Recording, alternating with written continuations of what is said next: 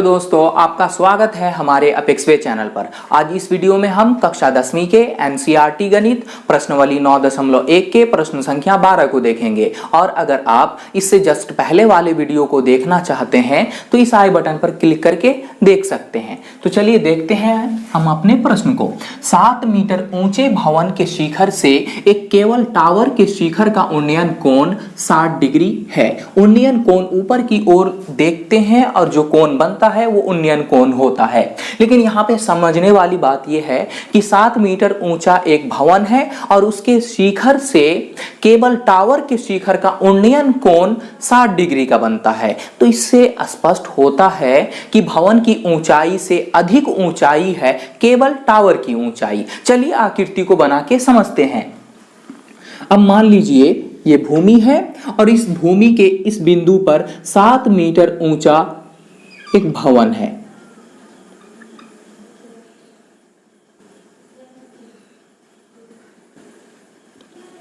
और इस भूमि के इस बिंदु पे केबल टावर खड़ी है। अब यहां पे कोई प्रेक्षक है तो इसका अभी दृष्टि रेखा इस भूमि के समांतर होगा। तो ये जो शिखर है इस भवन का, इसके शिखर से इस केबल टावर के शिखर का उन्नयन कोण 60 डिग्री का बनता है।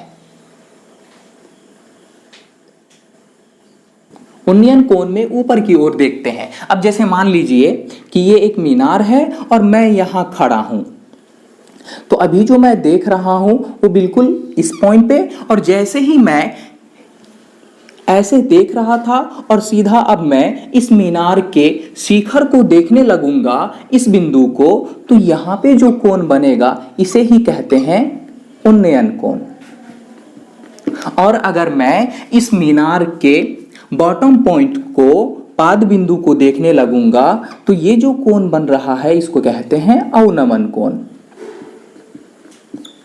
यहां पर भी बिल्कुल वही है।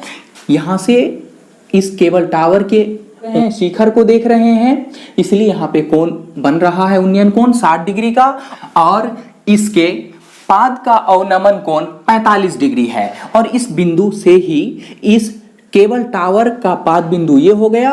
और अब यहां से हम इस बिंदु को देखते हैं तो यहां जो कोण बनेगा वो अवनमन कोण बनेगा और ये बन रहा है 45 डिग्री का। इसका हम नाम दे देते हैं ए बी। भवन को हमने मान लिया ए बी और केबल टावर को सी डी, इस बिंदु को ई। यहां ए बी की लंबाई और डीई की लंबाई सेम है, तो ए बी की लंबाई 7 मीटर है तो डीई की लंबाई भी 7 मीटर ही होगा।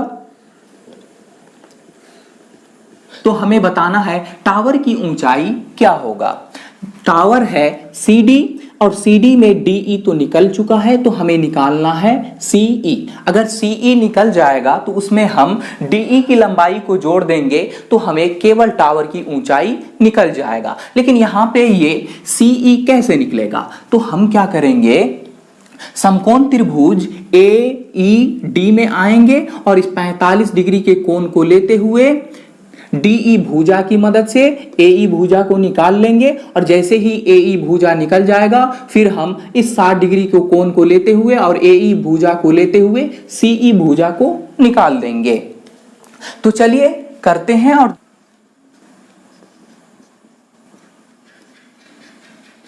माना कि AB भवन है और CD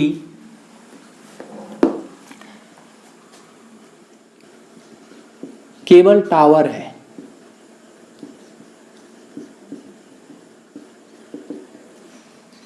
कोण CAE बराबर है 60 डिग्री और कोण DAE बराबर है 45 डिग्री। तो सबसे पहले समकोण त्रिभुज DAE में आते हैं और AE भुजा को निकालते हैं।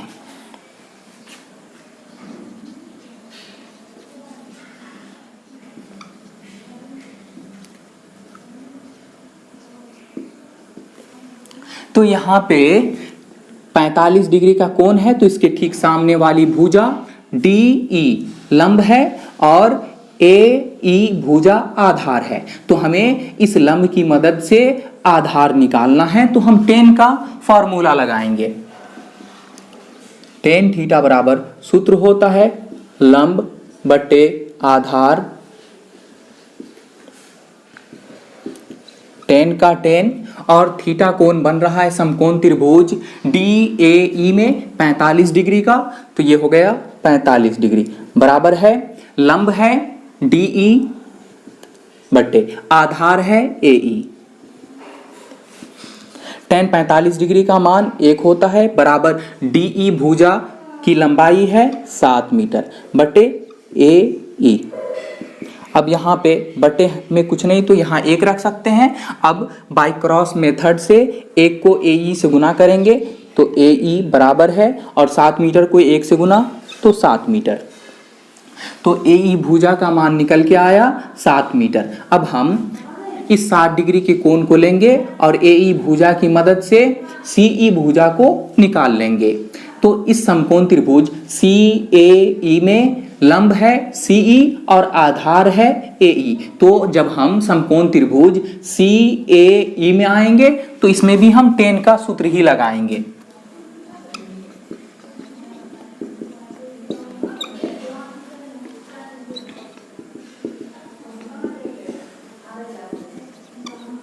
tan थीटा बराबर लंब बटे आधार, tan का tan और थीटा कोण है इसमें 60 डिग्री का बराबर है लंब है CE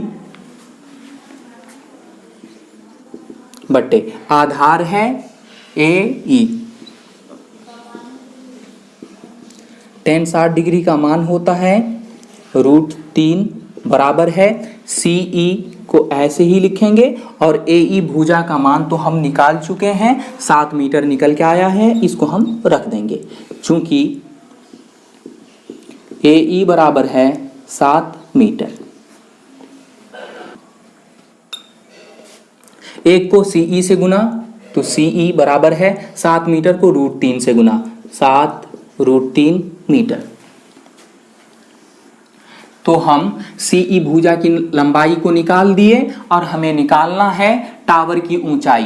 तो टावर है CD और DE 7 मीटर है और CE तो निकल गया 7√3 मीटर। तो हम अगर CE की लंबाई में DE की लंबाई को जोड़ देंगे तो हमें केबल टावर की ऊंचाई निकल जाएगा। तो चलिए अब हम जोड़ते हैं।